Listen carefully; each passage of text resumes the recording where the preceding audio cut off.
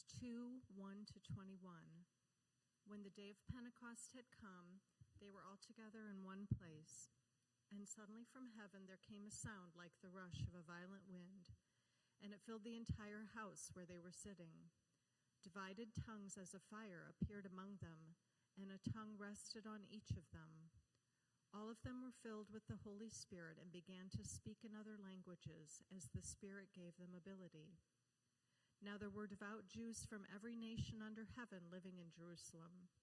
And at this sound the crowd gathered and was bewildered, because each one heard them speaking in the native language of each. Amazed and astonished, they asked, "Are not all of these who are speaking Galileans? And how is it that we hear each of us in our own native language? Parthians, Medes, Elamites, and the residents of Mesopotamia, Judea and Cappadocia, Pontus and Asia, Phrygia and Pamphylia, Egypt, and the parts of Libya belonging to Cyrene, visitors from Rome, both Jews and proselytes, Cretans and Arabs. In our own languages, we hear them speaking about God's deeds of power." All were amazed and perplexed, saying to one another, "What does this mean?" But others sneered and said, "They are filled with new wine." But Peter, standing with the 11, raised his voice and addressed them. "Men of Judea and all who live in Jerusalem, let this be known to you, and listen to what I say. Indeed, these are not drunk as you suppose, for it is only 9 o'clock in the morning. No, this is what was spoke through the prophet Joel. In the last days it will be, God declares, that I will pour out my Spirit upon all flesh. And your sons and your daughters shall prophesy, and your young men shall see visions, and your old men shall dream dreams. Even upon my slaves, both men and women, in those days I will pour out my Spirit, and they shall prophesy. And I will show portents in the heavens above, and signs on the earth below, blood and fire and smoky mist. The sun shall be turned to darkness, and the moon to blood, before the coming of the Lord's great and glorious day. Then everyone who calls on the name of the Lord shall be saved." Philippians 4, 1-9. Therefore, my brothers and sisters, whom I love and long for, my joy and my crown, stand firm in the Lord. In this way, my beloved, I urge Euodia, and I also urge Syntyche to be of the same mind in the Lord. Yes, and I ask you also, my loyal companion, help these women, for they have struggled beside me in the work of the gospel, together with Clement and the rest of my co-workers, whose names are in the book of life. Rejoice in the Lord always. Again, I will say, rejoice. Let your gentleness be known to everyone. The Lord is near. Do not worry about anything, but in everything with prayer and supplication, with thanksgiving, let your requests be made known to God. And the peace of God, which surpasses all understanding, will guard your hearts and your minds in Christ Jesus. Finally, beloved, whatever is true, whatever is honorable, whatever is just, whatever is pure, whatever is pleasing, whatever is commendable, if there is any excellence, and if there is anything worthy of praise, think about these things. Keep on doing the things that you have learned and received and heard and seen in me, and the God of peace will be with you.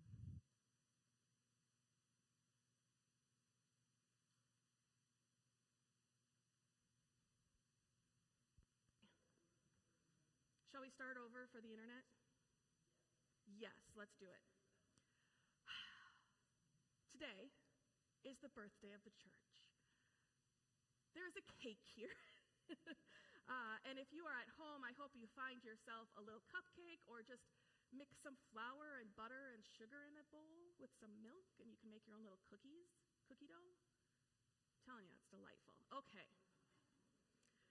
But those who gathered in the text that we read today, this was not the first Pentecost. The disciples, 120 disciples, probably not in one room, though it's a little unclear, were actually gathered for one of the 3 Jewish pilgrimage festivals, ones where everybody would come to Jerusalem to the temple. In Hebrew, it's Savaot. It means booths. And in Greek, that Jewish festival was called Pentecost. Now, it served 2 purposes. Shavuot served 2 purposes, a few purposes. One, it was a harvest festival. So you'd bring the first things that have grown in your garden to the temple and offer them in gratitude to God for what God has given you. And you do that before it gets really busy the rest of the season where you have to harvest, to eat and function. One of the things that would happen during seasons of harvest is that they might stay in tents in the fields because then you can just work and then sleep and work. But the tents also remind them of the tents that they might have stayed in when they were going from Egypt to the Promised Land. And so even today, Jewish communities will make tents, booths, in their homes to celebrate Shavuot. Sometimes it's a renewal of spring. It could be that Passover, much like Lent, is kind of a reflective time, kind of a downer. It's a celebration, but it's also it has some downer moments in it. And so they have times of celebrating spring, essentially. My guess is this one would be a kibbutz in Israel. But one like this one that just is built of wood and tarp could be anywhere in the U.S. And people would gather. So you would have your tent in your backyard and invite people over, and you would celebrate and you drink good things and eat good food and celebrate together that spring has come, that the seasons are changing. And it recognizes when God gave the law to the people at Mount Sinai. Pentecost means 50 days, and it's thought that it took 50 days from leaving Egypt and crossing through the waters to make it to Mount Sinai to receive the law from God. Pentecost, 50 days. The giving of the law. At the giving of the law, there was fire and thunder, and the earth shook, and presumably there was wind, because without wind, the fire and the earth shaking and the thunder seems like there should be wind. It's a calm, sunny day, and all these crazy things are happening. No, I think there was wind. And the giving of the law is what formed the Jewish community. It connected them to God and to each other. But the giving of the law was disruptive and world-changing and community-building. In Acts 1, when Jesus spoke to the disciples, in the Gospels, when Jesus spoke to the disciples, he said he would send the Spirit as a comforter, which doesn't sound much like thunder and earthquakes and fire and wind that we saw at the giving of the law. Maybe it sounds a little bit more like the story in Elijah, where everything was so overwhelming that he runs to a mountain. And there was wind, and there was fire, and there was earthquakes, but God wasn't in any of those. And then came a small whisper, pure silence, and that is where God was. And I think that is where we are most comfortable when it comes to the Spirit. The Comforter, the bringer of peace, the bringer of peace within and without. Both the Jewish, the Hebrew, and the Greek word for spirit translate to breath or wind. And I think we like that version of the Spirit too. The one that comes as meditation work or breath work that brings calm and fills us, nourishes us, but mostly goes noticed throughout the day? Now, in Acts 1, just before our reading today, just before Jesus ascends to heaven, he tells the disciples to take the good news, the story of Jesus, the love, the liberation, the abundance that Jesus brings to the ends of the earth. And 10 days later, because it was 40 days resurrection, 40 days ascension, 10 days. 10 days later, they were still there. They were still figuring things out in that room that they've been in now for off and on, let's say 8 weeks.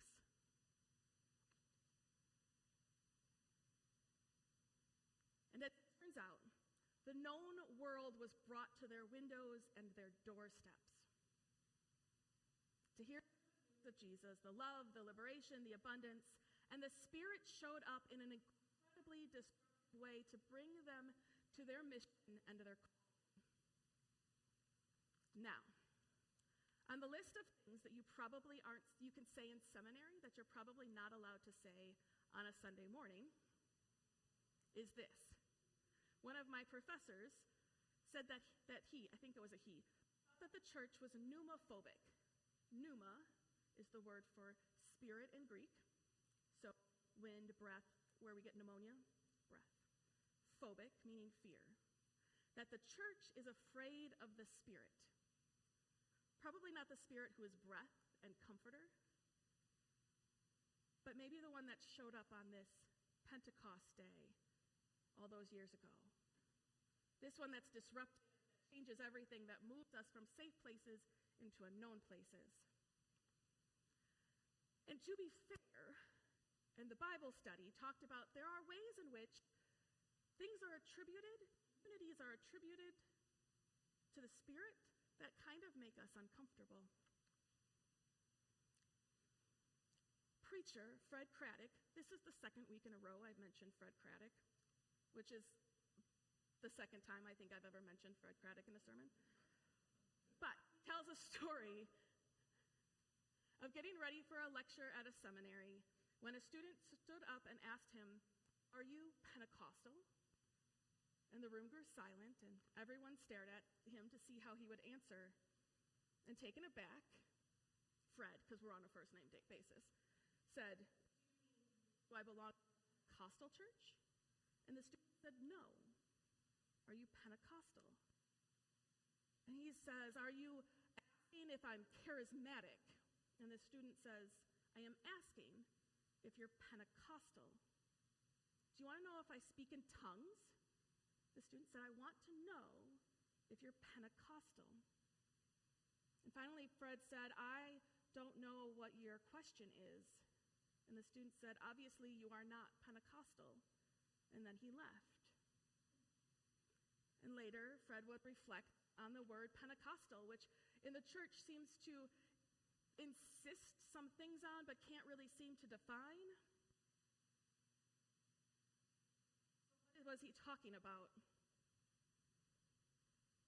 Is it a noun or a church or an adjective? Or what it means to be one in the Spirit?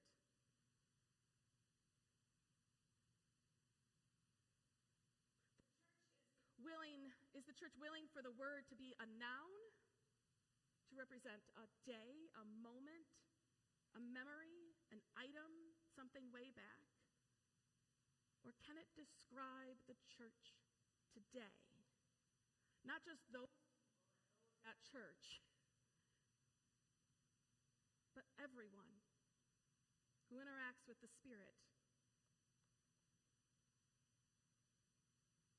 Maybe that question is really important.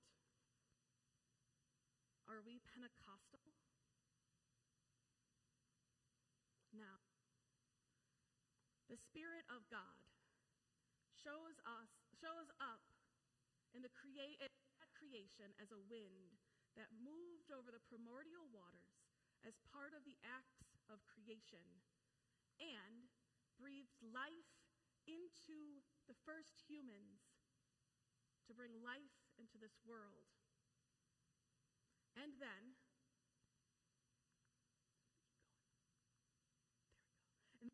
showed up in fire and in earth-shaking and thunder on Mount Sinai to reveal to the people gathered and to the generations who would follow how they might live in community with God and with each other, bringing what was already a chaotic situation and setting covenanting with them to live completely differently than they had just 50 days earlier.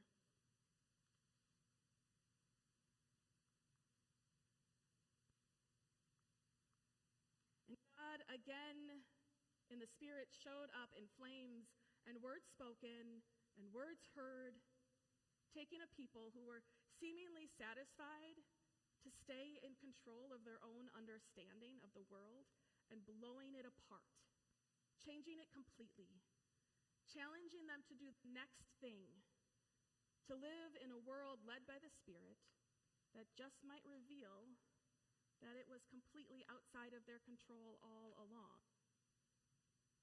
And the Spirit, it was the Spirit that gave Paul the courage to run the race. It's the Spirit theologians and mystics talk about dancing through our lives, through the world. The Spirit is moving and life-giving, community-making, burning, courage-giving, language revealer, dancing with all of creation and with us. Are you Pentecostal? Do you see the Spirit, the moment, the call? Do you have the courage to dance, maybe even be on fire a little? Theodore Roszak wrote a poem, "Unless the eye catch fire, the God will not be seen. Unless the ear catch fire, the God will not be heard. Unless the tongue catch fire, the God will not be named. Unless the heart catch fire, the God will not be loved. Unless the mind catch fire, the God will not be known." How is it that we see the Spirit? How is it that we might respond to pick up on the the fire brings us? How do we know if it is time to disrupt our entire lives for what the Spirit is calling us into? Well, Paul wrote, and it's the First Nations version, "Last, sacred family members, if anything can be seen as good and honorable, think about these things. Things that are true and noble, upright and pure, full of beauty, worthy of respect. Follow the way of life you have seen in me, the things you have learned from me, heard from me, and received them from them. Keep walking in the tradition onto you, and the great Spirit of peace will continue to walk with you on this road." I think if we stay focused here on whatever is good and noble and true, maybe that will help us see the Spirit, make us aware of the movement of the Spirit in our lives and in the world all around us all of the time. If we just notice, is always calling us to something disruptive, maybe even something overwhelming and unexpected, sometimes with unknown outcomes, things we can't control, except that we are faithfully following, and maybe we will catch fire. I want to remind us of a story you might have heard last summer from our desert mothers and fathers.